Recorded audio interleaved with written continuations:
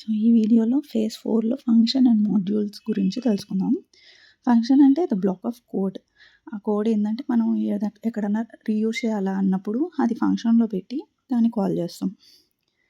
Like ఇక్కడ greet అనే function create చేశారు. హలో అని ఎక్కడైతే మనకు కావాలో అక్కడ కాల్ చేయొచ్చు గ్రీట్ అని. సో ఫంక్షన్‌లో పారామీటర్స్ మనం పాస్ చేయొచ్చు. రిటర్న్ వాల్యూ కూడా వస్తుంది.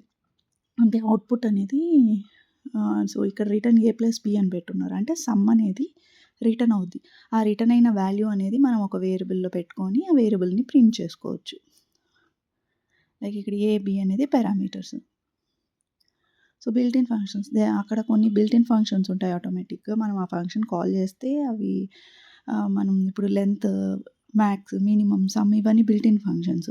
ఇక్కడ లెంత్ యూజ్ చేసామనుకో లెంత్ ఆఫ్ ఆ నంబర్స్ ఆ లిస్ట్ మనం చెక్ చేస్తున్నాం. సో లెంత్ అనేది 3 అనేది ఇస్తుంది. సో ఈ బిల్ట్ ఇన్ ఫంక్షన్స్ ఆటోమేటిక్‌గా మనం కాల్ చేయొచ్చు. లాంబ్డా ఫంక్షన్స్ అనేది ఇవి అనానిమస్ ఫంక్షన్స్. సో ఇక్కడ ఇది ఏంటంటే ఒక లైన్ ఫంక్షన్‌లాగా మనం డిఫైన్ చేయొచ్చు. అంటే డెఫ్ యూజ్ చేయకుండా.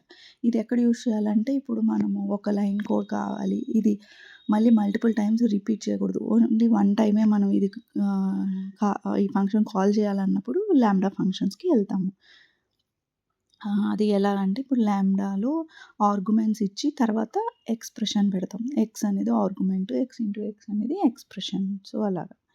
So import modules. కొన్ని మాడ్యూల్స్ ఏంటంటే కొన్ని స్క్వేర్ రూట్, ర్యాండమ్ ఇవన్నీ ఆల్రెడీ డిఫైన్ చేసేసి ఉంటారు మాడ్యూల్స్‌లో ఈ ఫంక్షన్స్ అన్నీ. సో అవి కాల్ చేసుకోవాలి అన్నప్పుడు మనం ఆ మాడ్యూల్‌ని ఇంపోర్ట్ చేసుకొని ఆ ఫంక్షన్‌ని కాల్ చేయాలి. సో ఇక్కడ మ్యాథ్ మాడ్యూల్‌ని ఇంపోర్ట్ చేసి దాంట్లో ఉన్న స్క్వేర్ రూట్ ఫంక్షన్‌ని యూజ్ చేస్తున్నాం. సో అలాగే ర్యాండమ్ ఫంక్షన్ కూడా ర్యాండమ్ అంటే ర్యాండమ్ నెంబర్ జనరేట్ అవుతుంది each time when you code generate అయినప్పుడు.